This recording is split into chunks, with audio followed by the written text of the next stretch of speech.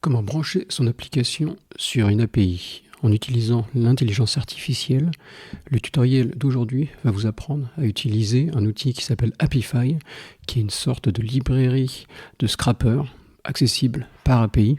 Si vous ne comprenez rien à cette phrase, aucune importance, tout cela est très simple à utiliser. Ce que ça va vous permettre de faire, c'est de se brancher donc sur des scrappers. C'est des petits robots qui vont récupérer de l'information sur des sites internet, sur des applications. Pour récupérer de l'information, aujourd'hui ça va être Google Maps, mais ça va marcher aussi sur du LinkedIn, sur du Facebook, de l'Amazon, n'importe quelle application, vous pouvez y accéder à travers un scrapper. À quoi ça sert? Ça sert à utiliser ces données scrappées qui sortent par exemple de Google Maps pour refaire votre propre application ou votre propre site web. Donc par exemple, on va tirer des informations de Google Maps, on va pouvoir les ingérer avec de l'intelligence artificielle, en faire ce que l'on veut. Un exemple concret, c'est qu'on peut prendre un avis, tous les avis qui sont donnés sur Google Maps pour un restaurant donné, et faire mouliner l'intelligence artificielle pour dire est-ce que ce sont des avis positifs, négatifs, quel est l'avis moyen.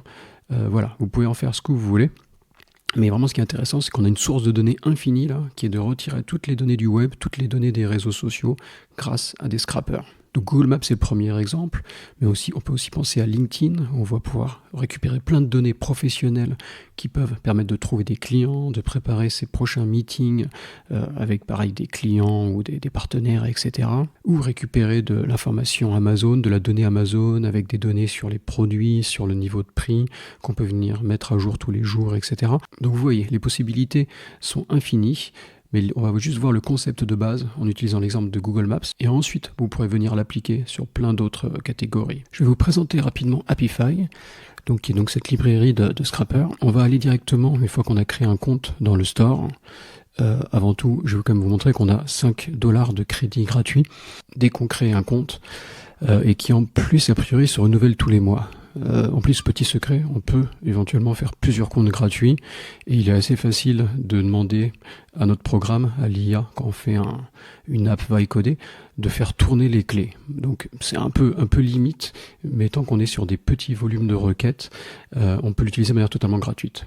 Ensuite, si vraiment vous voulez scaler et faire du volume pour une app payante, etc., il faudra payer. Mais tant que vous êtes en phase de prototypage, honnêtement, le compte gratuit de 5$, voire plusieurs comptes gratuits utilisés en parallèle, vous suffisent totalement. Donc je suis sur le store qui regroupe tous les différents scrappers.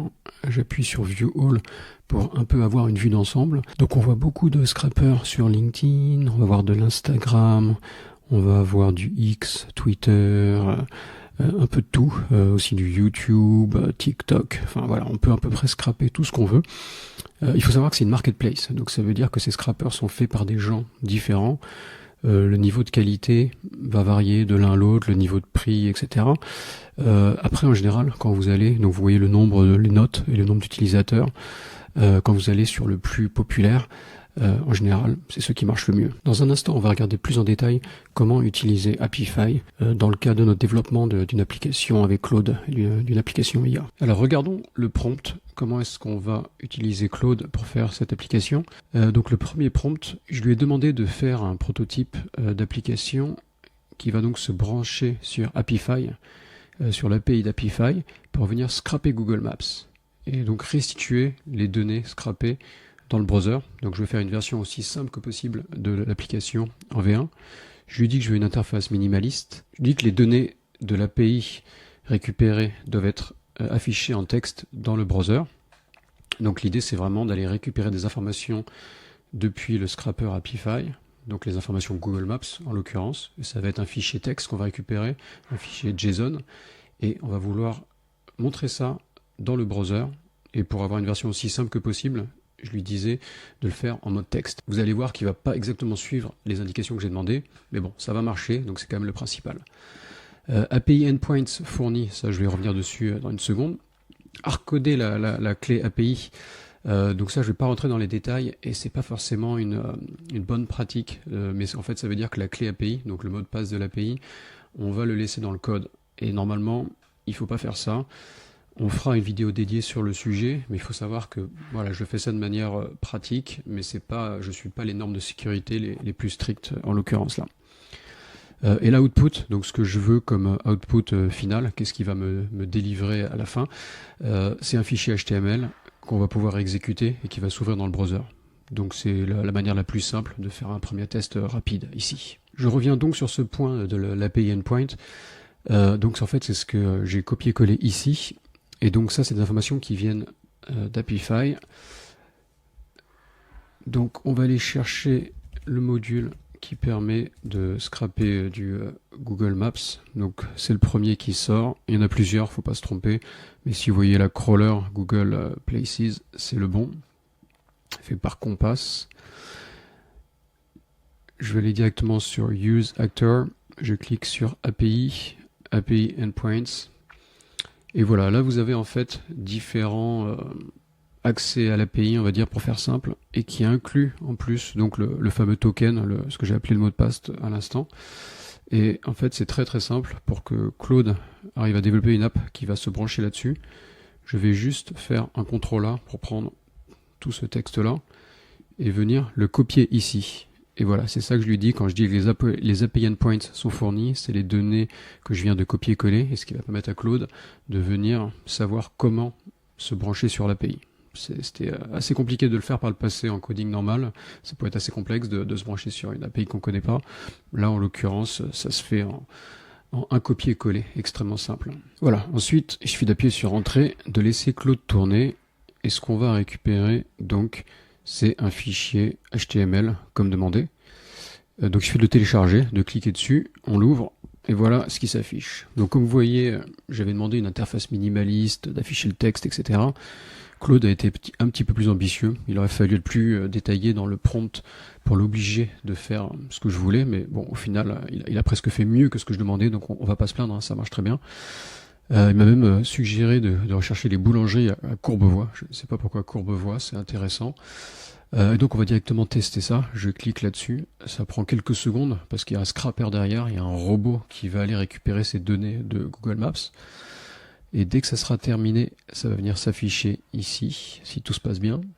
Voilà, ça a pris moins de 10 secondes, je dirais, et on a le résultat qui s'est affiché là. Donc comme j'avais demandé, c'est un résultat texte en format JSON.